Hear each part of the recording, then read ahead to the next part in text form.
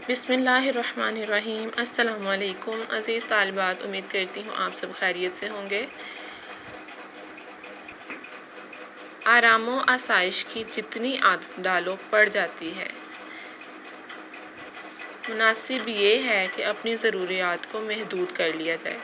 یہ قول کس شخصیت کا ہے؟ یہ قول قائد ملت یعنی لیاقت علی خان کا ہے۔ لیاقت علی خان کون تھے؟ لیاقت علی خان پاکستان کے پہلے وزیر اعظم ہیں، جنہوں نے پاکستان بنانے کے دوران یعنی کہ پاکستان بننے سے پہلے قائد اعظم کا بھرپور ساتھ دیا اور ہر مشکل میں ان کے ساتھ شانہ بشانہ کھڑے رہے۔ آپ چونکہ قائد ملت کے سبق کو پڑھ چکے ہیں اور اس کی بہت اچھی طرح سے پڑھائی کی ہے، الفاظ معنی یاد کیے ہیں۔ درج ذیل سرگرمیاں ہیں، جن میں سے سوال نمبر 1 ہے کہ قائد ملت کے کیا معنی ہیں؟ قائد ملت کے معنی ہیں کہ قوم کا رہنما۔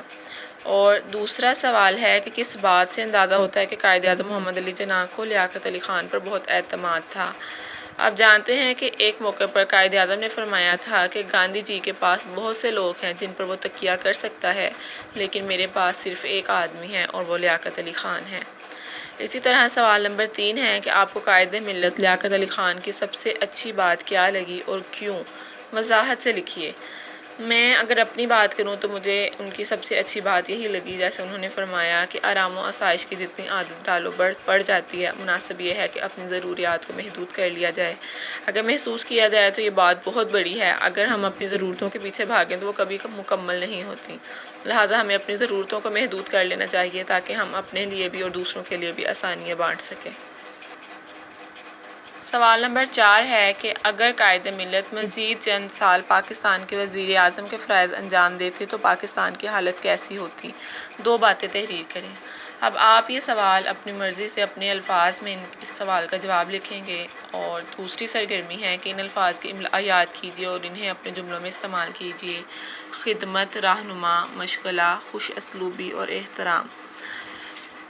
اب آپ کا گھر کا کام یہی ہے کہ آپ نے اس سبق کی پڑھائی کرنی ہے، الفاظ معنی یاد کرنے ہیں، خلاصہ یاد کرنا ہے، مرکزی خیال یاد کرنا ہے اور املا یاد کرنی ہے۔ اس کے علاوہ آپ نے یہ تمام سرگرمیاں حل کرنی ہیں، اور آپ نے ریٹن ورک میں یعنی کہ ان الفاظ کو اپنے جملوں میں استعمال کرنا ہے اور اس سبق کا خلاصہ لکھ کر گروپ میں شیئر کرنا ہے۔ یعنی آپ نے 2 کام کرنے ہیں، ایک تو آپ نے ان سب چیزوں کی دہرائی کرنی ہے، اور دوسرا آپ کا کام یہ ہے کہ آپ نے درج ذیل 5 جو الفاظ آپ کو نظر آ رہے ہیں ان کو اپنے جملوں میں استعمال کر کے لکھنا ہے اور اب یہ اس سبق کا خلاصہ لکھ کر گروپ میں شیئر کرنا ہے۔